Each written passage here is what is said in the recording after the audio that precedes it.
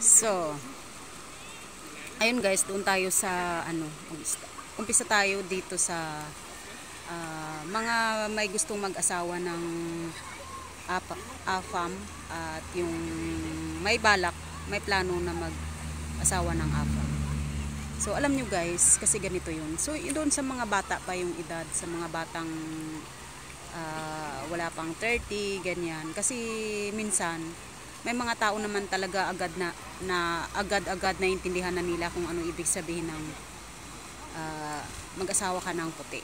Alam nyo, kung ang mapangasawa nyong puti mapera talaga at malaki sweldo or negosyante, swerte nyo. Bonus na yun sa buhay. Pero ang totoo, kasi guys, hindi naman ibig sabihin puti na yung asawa mo busog ka na araw-araw. At lalo na kung unang-una pa lang mayroon kang bibilhin tapos hihingian ka kaagad ng resibo, ay sunod-sunod na yun. Huwag ka na mag-isip na mababago yun, kundi mas lalong lalala yun at lalala na bawat kilos mo ikukontrol ka talaga ng mapangasawa mo. Kasi alam nyo kung bakit. Dahil yung perang yun, hindi mo naman pinaghirapan. Pinaghirapan nila yun. Kaya gusto lang nila na laging nasa maayos ang gastusan. Para sa akin kasi kung puti man ang asawa mo, ay di mag-isip ka ng paraan kung anong magiging trabaho mo, kung makapasok ka ng trabaho. Kasi hindi naman ibig sabihin puti asawa mo, nakadikit ka na lang lagi sa kanya. So, yung unang taon, 2 taon, 4 na taon, ang relasyon na ganun is masaya talaga, lagi kayo magkakasama. Pero hindi naman araw-araw nakadikit ka sa kanya. Mas maganda, maga pa lang, meron ka ng pupuntahang trabaho na kumikita ka ng sarili mong pera talaga. Kahit na asawa mo ay okay. Kasi ganun talaga, hindi naman natin pwedeng lahat iasa sa gastos ng mga lalaki, o Pinoy man yan o mapaputi. Kasi alam nyo, sa totoo lang, ang mga lalaki proud din sila sa sarili nila kung ang asawa nilang babae ay may sariling income. Ibig sabihin, hindi ka naman nila kinahiya, pero nagbibigay din sa kanila yun ng energy araw-araw kung may sarili kang income. Kasi nga naman, hindi natin alam, hindi natin ang hawak ang buhay. Mamaya bigla siya nawala ng trabaho, diba? So ano na lang mangyayari? Hindi naman pwede na sisihan na lang ng sisihan kasi ganyan, wala ka ng trabaho. Hindi yung pwede ganun. So dapat talaga bago, kahit may naipon ka, sabihin na lang natin may naipon ka para sa 1 taon, 2 taon. Kahit na may naipon ka,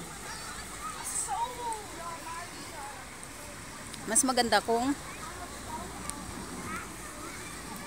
meron kang sariling ipon at nag-aambag ka rin sa asawa mo. Kagaya ko, mahigit na ako 20 years dito sa abroad, pero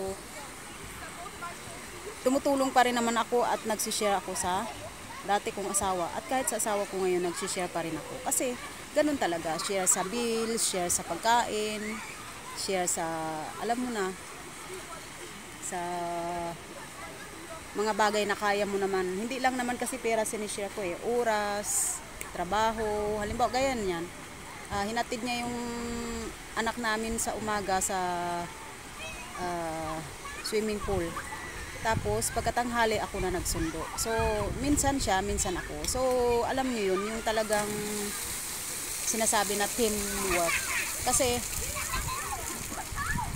Kasi nga naman 'di ba? Hindi naman kasi ang mga asawa natin, hindi naman yan sila robot, napapagod din yan. So ibig sabihin mas tumatagal ang inyong relationship kung nagtutulungan kayo sa lahat ng bagay. Pera, oras, sa bata lalo, kung may anak kayo, mas maganda, tulong talaga kayo. So minsan siya nagluluto, minsan ako yan. Siyempre madalas maglinis ako dahil wala siyang tiyaga sa linis. So kaya madalas din siya namamalingke, ganyan.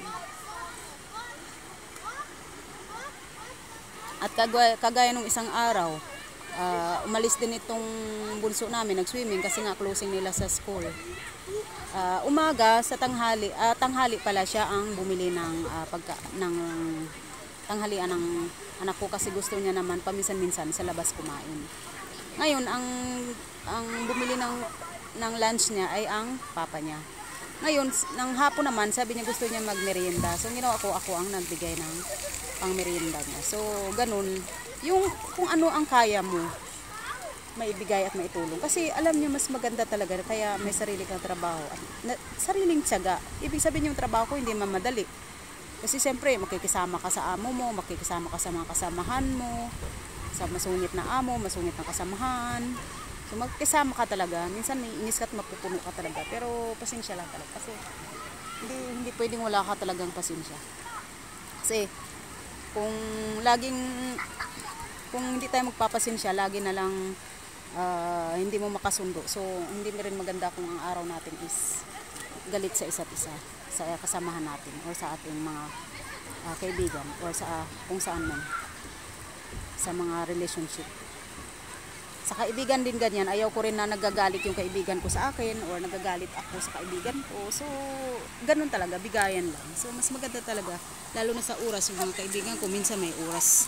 Yung iba, minsan yung iba wala kasi siyempre sa trabaho din. So, iniintindi ko na lang, pero siyempre may oras rin talaga nagkakasama din kami. So, ganun talaga, intindi lang talaga guys. Para lahat ay hello. Kasi kung hindi natin naiintindihan yung bawat natin, yung kapwa natin. So, ang nangyayari is lagi tayong galit at lagi tayong nagtatampo. So, hindi naman yun maganda kasi 'di ba? Dapat good vibes.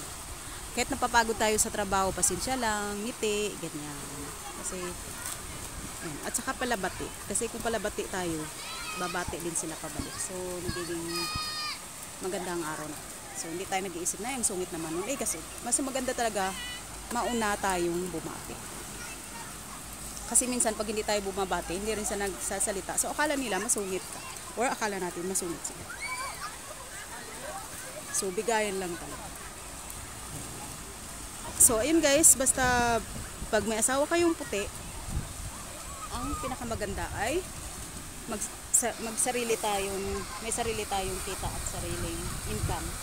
Kahit na ano pa yan, magbigosyo ka, pasok ka ng trabaho, basta may sarili kang pera na hindi mo kailangang hingiin sa asawa mo. Kasi para iwas sumbat, para iwas sisihan, kasi ganyan, kasi ganyan, kasi ganito, kasi ganyan, ganyan.